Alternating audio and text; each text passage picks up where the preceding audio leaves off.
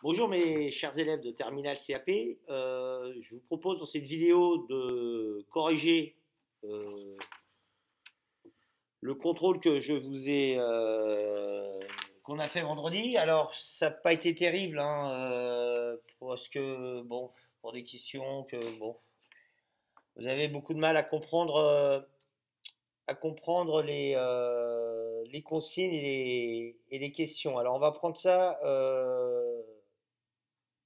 ça gentiment. Alors, comme je vous ai dit, votre CCF portera sur le théorème de Pythagore. Donc, on va essayer. Le théorème de Pythagore, on le connaît. Hein, il s'applique dans les triangles rectangles. Dans un triangle rectangle, le carré de l'hypoténuse est égal à la somme des carrés des deux autres côtés.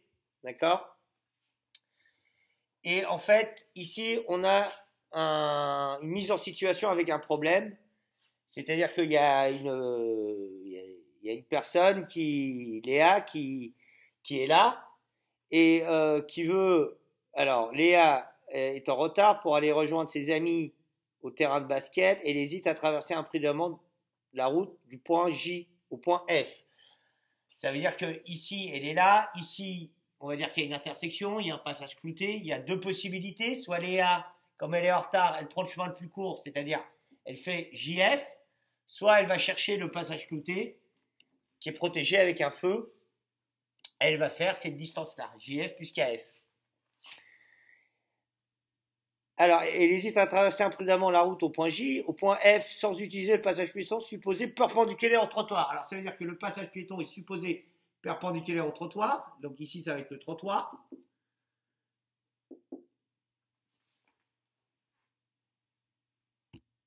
Donc ça va être le trottoir.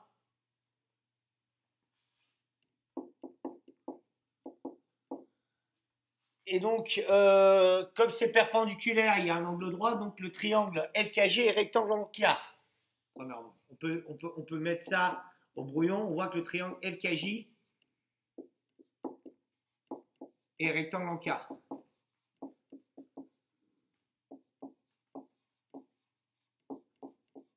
D'accord? Ça, c'est une donnée de l'énoncé. En moyenne, un piéton met 1 seconde pour parcourir 1 mètre. Léa préfère être prudente et passer par le passage piéton. Elle affirme qu'elle perdra moins de 10 secondes sur son trajet. A-t-elle raison? Donc, tout le but de cet exercice, c'est de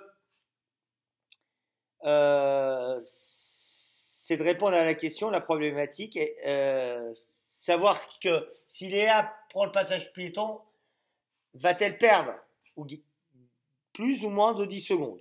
Alors, pour cela, on nous guidait, et c'est ça qui vous a perturbé, je pense, pas à pas pour répondre à cette problématique. Alors, la première question, je l'ai mis au tableau, c'est afin de comparer la durée des deux parcours, quelle distance faut-il calculer? Donc, on a deux parcours, d'accord? On est en J, Léa est en J, on a deux parcours. Ben, quelle distance faut-il calculer? Ben, moi, je pense que, vu la figure, vu comment c'est posé, à mon avis, question 1, je vais le mettre là. Alors, il fallait juste, pour comparer la durée des deux parcours, d'accord, il faut calculer dans un premier temps la distance FJ,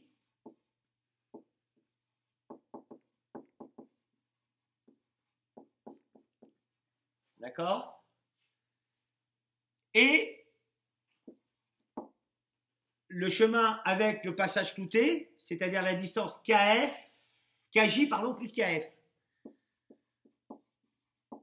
pour pouvoir comparer.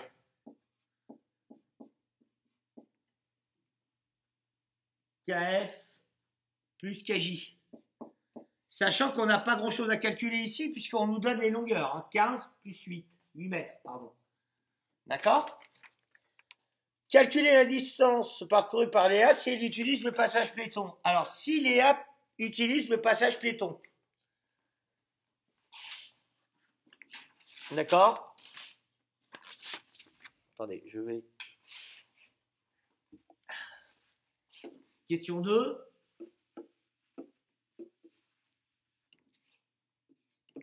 Calculons.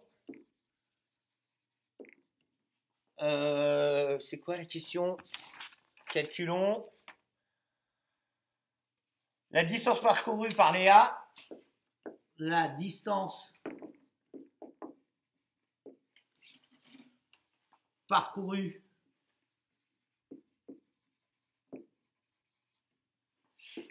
par Léa si elle utilise le passage piéton.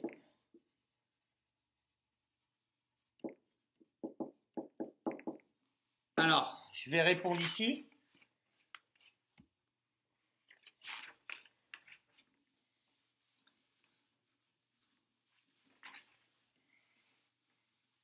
Alors, question 2. Alors, si Léa utilise le passage piéton, c'est-à-dire le passage sécurisé. Alors, je vais effacer, je vais mettre ça en rouge, comme ça on verra mieux. Alors, qu'est-ce qu'elle va faire? Elle va faire d'abord cette distance-là, on est d'accord? KJ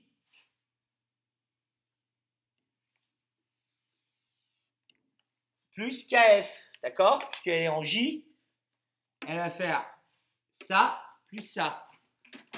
Donc, si Léa utilise le passage piéton, elle va faire le chemin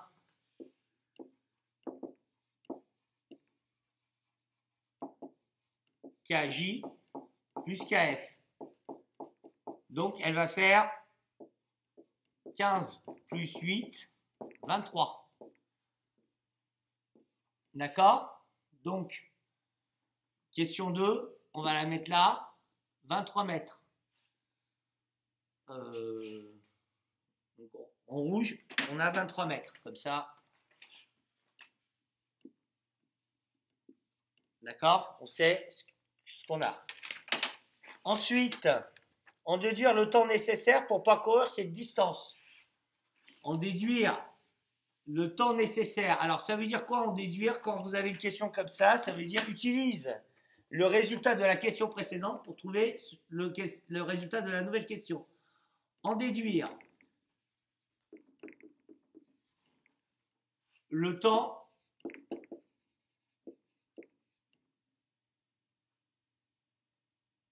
nécessaire, c'est-à-dire qu'elle a besoin nécessaire pour faire cette distance.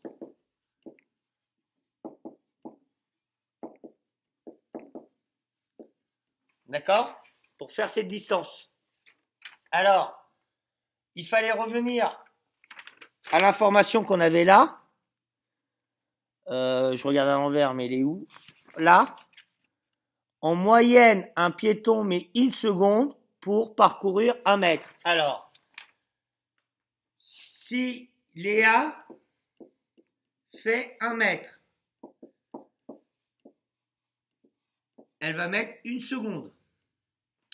La question, c'est si elle fait 23 mètres, combien de secondes va-t-elle mettre? Alors, comme on a fait la proportionnalité au début de l'année, moi, ce que je pense, c'est de faire un petit tableau de proportionnalité pour comprendre ce qu'on fait. Alors, distance en mètres, temps en secondes. Distance de 1 mètre, 1 seconde. Distance de 23 mètres, combien de secondes? Je ne sais pas. Quand je ne sais pas en mathématiques, je mets une inconnue, je mets X. Je sais que dans une situation de proportionnalité, je peux utiliser la règle du produit en croix. Donc ça veut dire que ça fois ça égale ça fois ça. D'accord? Le égal, peut-être que là, on ne va pas le mettre là, mais voilà, un truc comme ça. D'accord? Ça veut dire que ça fois ça égale ça fois ça. Alors ça veut dire que 23 fois 1 égale 1 fois x. D'accord? Voilà. Donc 23 égale x. Donc ça veut dire que là, on peut directement répondre, on déduire le temps nécessaire pour faire cette distance. Et bien là, on peut répondre, Léa aura besoin de 23 secondes.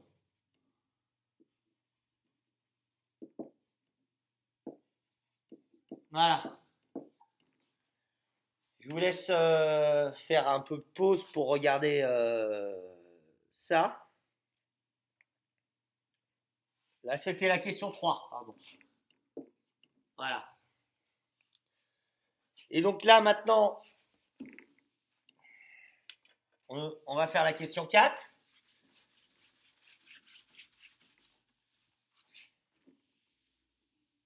Question 4. Quelle est la nature du triangle FKJ?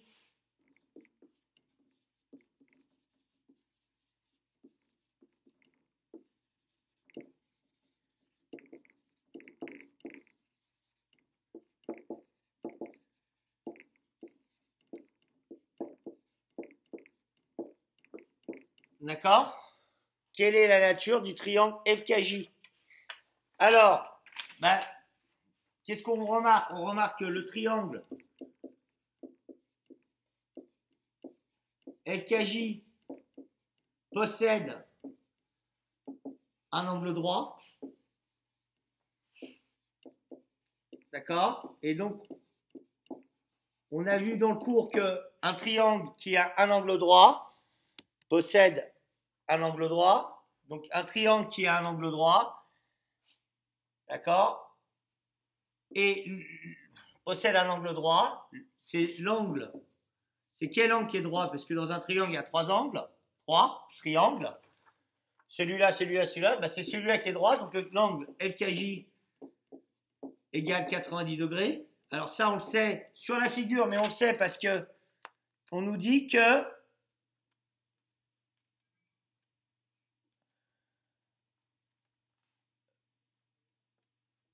le trottoir, enfin la route est supposée perpendiculaire au trottoir. Car la route, c'est-à-dire ici c'est la route, hein. Ici c'est la route. Ici c'est le trottoir. Hein. Je le remets pour comprendre ce qu'on fait. La route est perpendiculaire au trottoir. Ça veut dire que perpendiculaire, ça veut dire que ça forme un angle droit. Donc ça veut dire que le triangle FKJ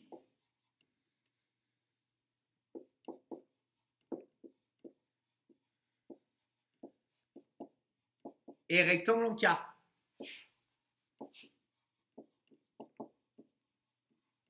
D'accord? Si vous avez des problèmes à la rigueur de compréhension, remettez-vous la vidéo 2-3 fois. Ça devrait le faire. FKJ est rectangle en K. Ça veut dire quoi? Si le triangle FKJ, question 4, est rectangle en K, ça veut dire que le côté, nous savons que le côté opposé, c'est-à-dire là, vous avez l'angle droit, le côté opposé à l'angle droit est l'hypoténuse.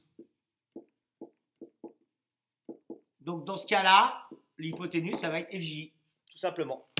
D'accord?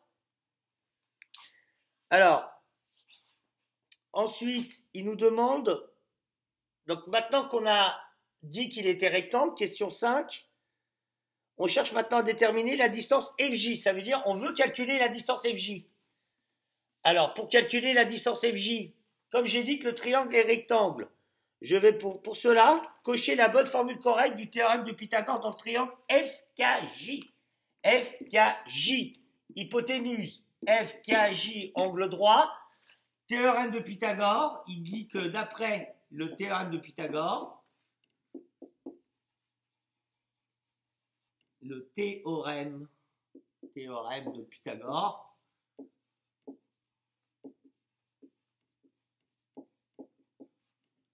le carré de l'hypoténuse, alors l'hypoténuse est là, donc FJ c'est l'hypoténuse, d'accord, donc FJ carré égale FK carré plus KJ carré.